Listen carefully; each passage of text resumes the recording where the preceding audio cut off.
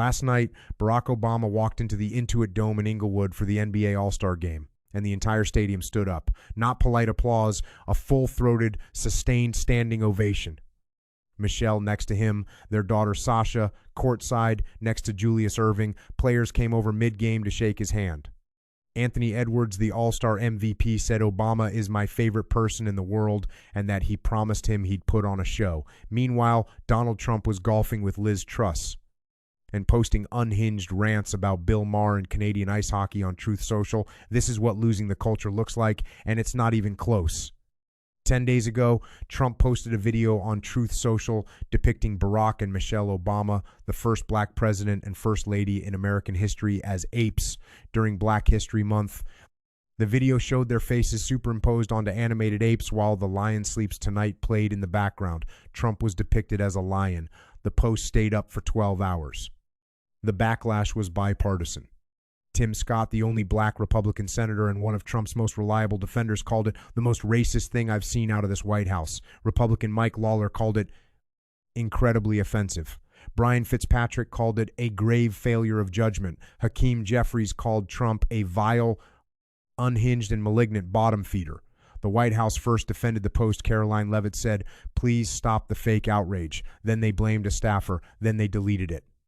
Trump said he didn't see the whole video, but he also said direct quote, "I didn't make a mistake," and refused to apologize. Obama responded this weekend calmly, no name calling, no rage.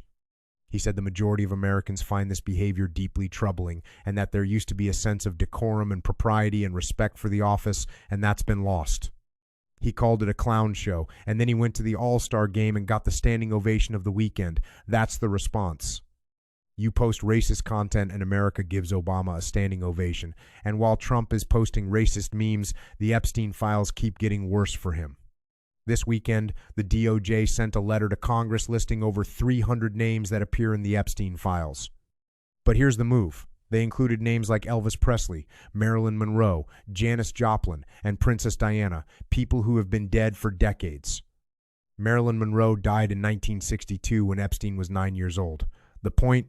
Muddy the waters. Make the list look absurd so people stop taking it seriously. Congressman Ro Khanna, who co-authored the Epstein bill, said the DOJ is purposefully muddying the waters on who is a predator and who is mentioned in an email. That's the strategy. Bury Trump's name next to Elvis so nobody takes any of it seriously, but the files themselves tell a different story. An NBC News review found at least half a dozen current Trump administration officials in the Epstein files. We now know that Bannon and Epstein were texting regularly between 2018 and 2019. Epstein texted Bannon, and I want you to hear this. Now you can understand why Trump wakes up in the middle of the night sweating when he hears you and I are friends. That's Jeffrey Epstein. In his own words, telling Steve Bannon that Donald Trump is afraid of their relationship becoming public. And it gets darker. The files show Bannon and Epstein discussing strategies to undermine Pope Francis.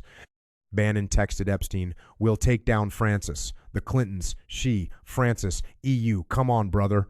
Bannon wanted Epstein to executive produce a documentary to damage the Pope. A convicted sex trafficker partnering with a Trump advisor to bring down the leader of the Catholic Church. That's not conspiracy. Those are the actual messages.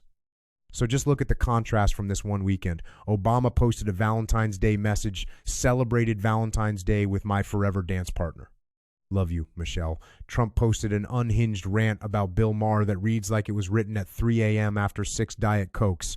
Obama went to the All-Star game and got a standing ovation. The MVP said he's his favorite person in the world. Trump went golfing with Liz Truss, the British Prime Minister who lasted 45 days and crashed the UK markets. Obama talked about sports bringing people together and reminding us of our common humanity. Trump is posting about stealing Canada's ice hockey and threatening them with tariffs. And here's what matters. This isn't just vibes. This is political reality. Obama is beloved. Trump's approval is at 37%. Obama gets standing ovations from stadiums. Trump gets sued by his own EPA decisions. The Obamas are the most admired couple in America. Trump's cabinet picks are showing up in the Epstein files. The culture has spoken, and it didn't stutter. Trump thought posting racist content about the Obamas would be a distraction from the Epstein files. Instead, it became the story, and the Obamas became more popular than ever. He's losing the culture war. He's losing the Epstein cover-up. And judging by last night, he never had it in the first place.